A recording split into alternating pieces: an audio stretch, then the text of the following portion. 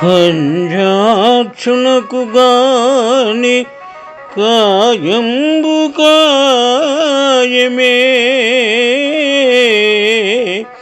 పవన గుంపిత చర్మ భస్త్రిగాక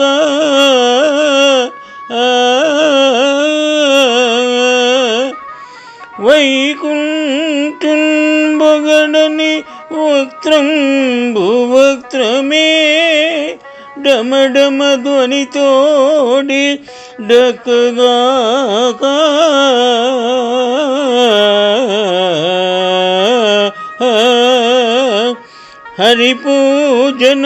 హరిపూజనములేని హస్తంబు హస్తమే తనుశాక నిర్మిత దర్విగాక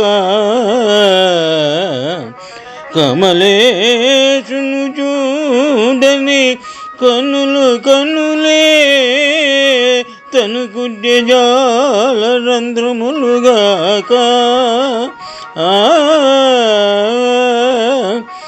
చక్రి చింతలేని జన్మంబు జన్మమే తరళ సలిల బుద్ధుదంబు గాక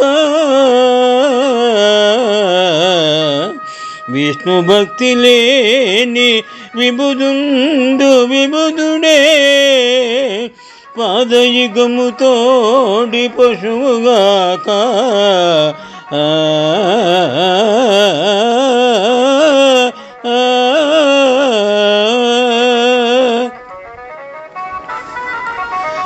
ప్రియనందనుడైన ప్రహ్లాదుడు తండ్రితో ఈ విధముగా సంభాషించినారు.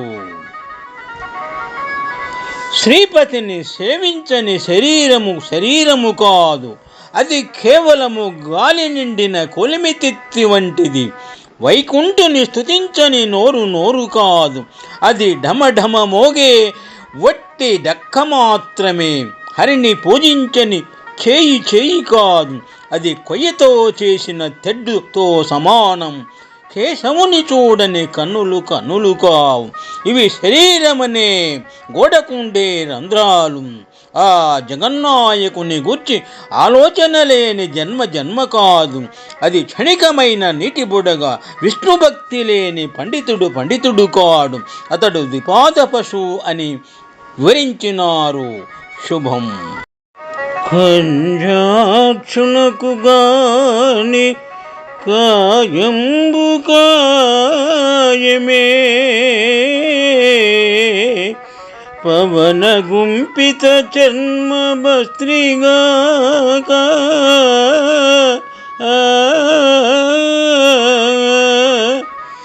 వైకుంఠున్ బొగడని వక్త్రంబు వక్త్రమే డమడమ ధ్వనితోడి డక్కగాక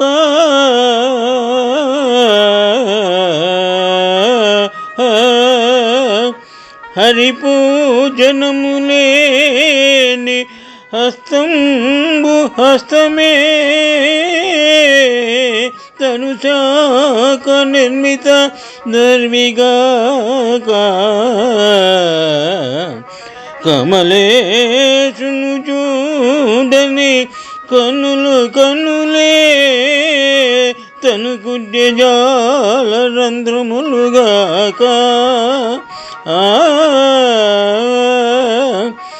చక్రి చింతలేని జన్మంబు జన్మమే తరళ సలిల బుద్ధుదంబు గాక